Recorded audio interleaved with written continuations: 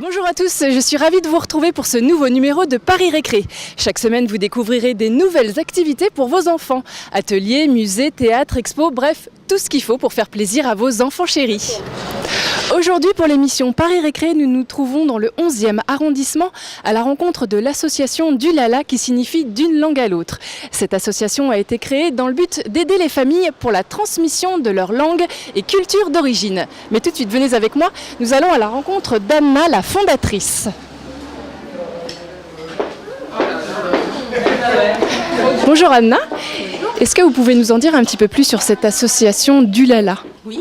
Alors, c'est une association qui a été créée pour aider les parents dans la transmission de leur langue maternelle ou d'origine et pour aider aussi les professionnels de la petite enfance, de l'enseignement à prendre en compte la diversité linguistique et culturelle au sein de leur structure. Justement, quel est le type d'atelier que vous proposez ? Oui, alors ce sont des ateliers qui réunissent des enfants parlant la même langue, âgés entre 3 et 6 ans. On est pour la construction du bilinguisme précoce. L'idée est de faire jouer les enfants qui sont pris en charge par une animatrice qui est formée par l'association et qui propose des activités ludiques. Donc, ce sont des activités qui facilitent la communication, l'interaction des enfants entre eux et tout passe par les jeux. Les jeux est un moteur déclencheur en fait de la langue même. À la base de ces ateliers, il y a une idée d'utilité.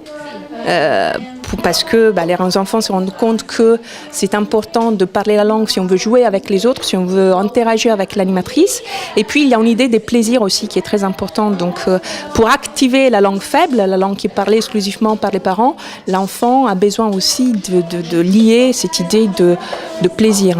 Donc, on essaye de donner les goûts pour la langue maternelle aux enfants à travers ces ateliers en langue maternelle. Donc, voilà, l'idée aujourd'hui est vraiment d'aller le plus possible vers la valorisation, la reconnaissance du bilinguisme ignoré, invisible, des enfants des migrants.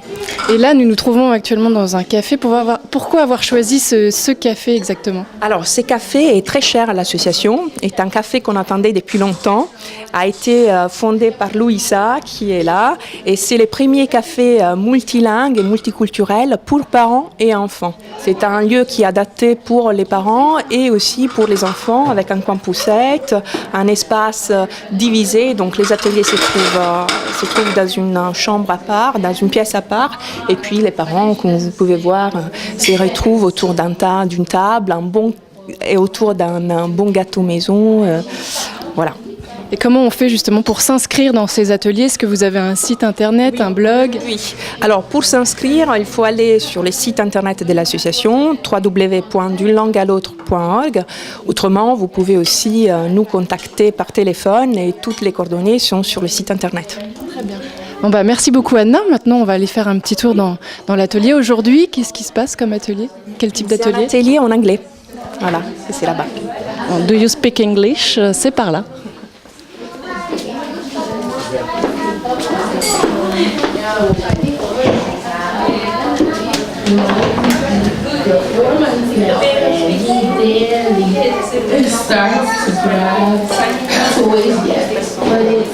Voilà, Paris Récré, c'est terminé pour aujourd'hui. Je vous donne rendez-vous la semaine prochaine pour de nouvelles activités. En attendant, moi, je vais aller un peu pratiquer mon anglais. Ciao.